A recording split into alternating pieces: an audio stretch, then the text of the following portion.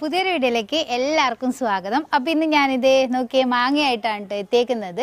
അപ്പോൾ ഈ ഒരു മാങ്ങ വെച്ചിട്ട് നമ്മൾ നല്ല അടിപൊളിയായിട്ടുള്ള ഒരു അച്ചാർ ഇടാനായിട്ട് പോവാണ്. അപ്പോൾ ഈ ഒരു അച്ചാറിൻ്റെ പ്രത്യേകത എന്ന് പറഞ്ഞാൽ നമുക്ക് ഒരു വർഷമൊക്കെ കേടുകൂടാതിരിക്കുന്ന നല്ല കിടലനായിട്ടുള്ള ഒരു അച്ചാറിൻ്റെ റെസിപ്പിയാണ് കേട്ടോ.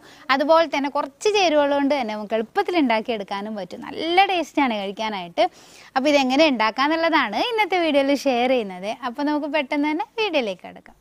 ഇപ്പം നമ്മുടെ മാങ്ങയൊക്കെ ഞാനിത് നന്നായിട്ട് അങ്ങ് കഴുകി എടുത്തിട്ടുണ്ട്. ഇനിയിപ്പോൾ നമുക്കിതൊന്ന് മുറിച്ചെടുക്കണമല്ലോ. അപ്പോൾ ഇത് മുറിച്ചെടുക്കുമ്പോൾ ഞാനിത് നടുകെ കീറിയതിന് ശേഷം കൊരട്ടിയായിട്ടില്ല കേട്ടോ, അതുകൊണ്ട് തന്നെ നടുകെ തന്നെ കീറാനായിട്ട് പറ്റുന്നുണ്ട്. അതിനകത്ത് മാങ്ങാണ്ടി അങ്ങ് കളഞ്ഞു കൊടുക്കുവാണ്. എന്നിട്ട് ഇത് മുറിച്ചെടുക്കുക. അപ്പോൾ ഇതിപ്പോൾ നമ്മൾ എങ്ങനെയാണ് മുറിച്ചെടുക്കുന്നതെന്ന് വെച്ചാൽ നമ്മൾ മാങ്ങയൊക്കെ ഉപ്പിലിടാൻ വേണ്ടിയിട്ട് മുറിച്ചെടുക്കുമല്ലോ, ആ ഒരു രീതിയിലാണ് മുറിച്ചെടുത്തിട്ടുള്ളത്. അപ്പോൾ ഞാനിപ്പോൾ ഇവിടെ കുഞ്ഞു മാങ്ങയാണല്ലോ എടുത്തേക്കുന്നത്. വലിയ മാങ്ങയാണെങ്കിൽ ഈ ഒരു പീസ് നിങ്ങൾക്ക് രണ്ടായിട്ട് അങ്ങ് മുറിച്ചെടുക്കാം കേട്ടോ.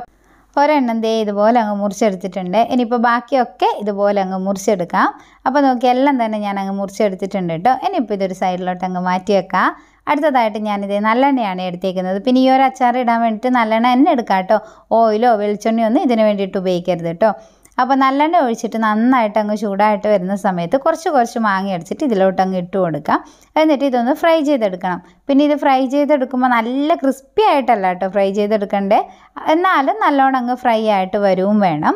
അപ്പോൾ അല്പസമയം നമ്മൾ ഇതുപോലെ നന്നായിട്ട് അങ്ങ് ഇളക്കിക്കൊണ്ടിരിക്കുമ്പോൾ ഈ മാങ്ങയുടെ കളറൊക്കെ മാറിയിട്ട് ദേ ഈ ഒരു പരുവത്തിലാവും. ഇതിപ്പോൾ നല്ല ക്രിസ്പി അല്ല, എന്നാൽ പിന്നെ ആ മാങ്ങയുടെ കളറൊക്കെ മാറിയിട്ട് ചെറുതായിട്ടൊന്ന് ഫ്രൈ ആയിട്ട് വന്നിട്ടുമുണ്ട്. ഈ ഒരു പരുവാകുന്ന സമയത്ത് നമുക്കിത് എണ്ണയിൽ നിന്ന് എടുക്കാം കേട്ടോ. എന്നിട്ട് നമുക്ക് ബാക്കിയുള്ളത് കൂടെ ഇതുപോലെ അങ്ങ് ഫ്രൈ ചെയ്തെടുക്കാം. പിന്നെ കുറച്ച് ഇട്ടിട്ട് ഫ്രൈ ചെയ്തെടുക്കുന്നതാണ് നല്ലത്. അപ്പോഴേ എല്ലാ മാങ്ങയും ഒരുപോലെ നന്നായിട്ട് ഫ്രൈ ആയിട്ട് വരൂ. ഇപ്പോൾ നോക്കി എല്ലാം ഞാൻ ഇതുപോലെ അങ്ങ് ഫ്രൈ ചെയ്തെടുത്തിട്ടുണ്ട്. ഇനിയിപ്പോൾ നമ്മൾ എന്താ ചെയ്യുന്നതെന്ന് വെച്ചാൽ ഒരു പാത്രം എടുത്തു, ആ ഓയിലൊക്കെ മാറ്റി കേട്ടോ. അതിലോട്ട് നമ്മളിത് 2 സ്പൂൺ മുളക് പൊടിയാണ് ഇട്ട് കൊടുത്തിട്ടുള്ളത്. അതുപോലെ തന്നെ ഒരു 1/2 സ്പൂണോളം കായപ്പൊടി ചേർത്തു. പിന്നെ നമ്മളിത് 1.5 സ്പൂൺ ഉലുവാപ്പൊടി കൂടെ ഇട്ട് കൊടുത്തിട്ടുണ്ട്. പിന്നെ ഈ പൊടികളുടെ അളവൊക്കെ നിങ്ങൾ എടുക്കുന്ന മാങ്ങക്ക് അനുസരിച്ചിട്ട് ഇട്ട് കൊടുക്കാവുന്നതാണ് കേട്ടോ. അതുപോലെ തന്നെ നിങ്ങളുടെ എരിവിനനുസരിച്ചിട്ട് നിങ്ങൾക്ക് ചേർത്ത് കൊടുക്കാവുന്നതാണ്. എന്നിട്ടിത് നന്നായിട്ടൊന്ന് ഇളക്കി കൊടുക്കണേ. അപ്പോൾ കുറച്ച് നേരം നമ്മളിത് ഇളക്കി ആ പൊടികളുടെയൊക്കെ സ്മെല്ലൊക്കെ ഒന്ന് മാറി വരുന്ന സമയത്ത് ഞാനിതിലോട്ട് ഉപ്പ് കൂടെ ചേർത്ത് കൊടുത്തിട്ടുണ്ട്. എന്നിട്ട് വീണ്ടും നന്നായിട്ട് തന്നെ അങ്ങ് ഇളക്കി കൊടുക്കുക. എന്നിട്ട് നമ്മൾ ഫ്രൈ ചെയ്ത് വെച്ചിട്ടുള്ള നമ്മുടെ മാങ്ങ ഉണ്ടല്ലോ, അതുകൂടെ ഇതിൻ്റെ കൂട്ടത്തിൽ അങ്ങ് ഇട്ട് കൊടുത്തിട്ട് വീണ്ടും നന്നായിട്ട് എല്ലാം കൂടെ അങ്ങ് മിക്സ് ചെയ്ത് കൊടുക്കുക കേട്ടോ. പിന്നെ നമ്മളിപ്പോൾ മാങ്ങ ഇട്ട് കൊടുത്താൽ ഇത് മിക്സ് ആകുമ്പോൾ പൊടിയൊന്നും ഈ മാങ്ങയിലേക്ക് അങ്ങനെ പിടിക്കില്ല കേട്ടോ. അതുകൊണ്ട് തന്നെ നമ്മൾ നേരത്തെ ഫ്രൈ ചെയ്ത് മാറ്റി വെച്ചിട്ടുള്ള എണ്ണയുണ്ടല്ലോ, അതുകൂടെ ഇതിൻ്റെ കൂട്ടത്തിൽ കുറച്ചങ്ങ് ഒഴിച്ചു കൊടുക്കുക.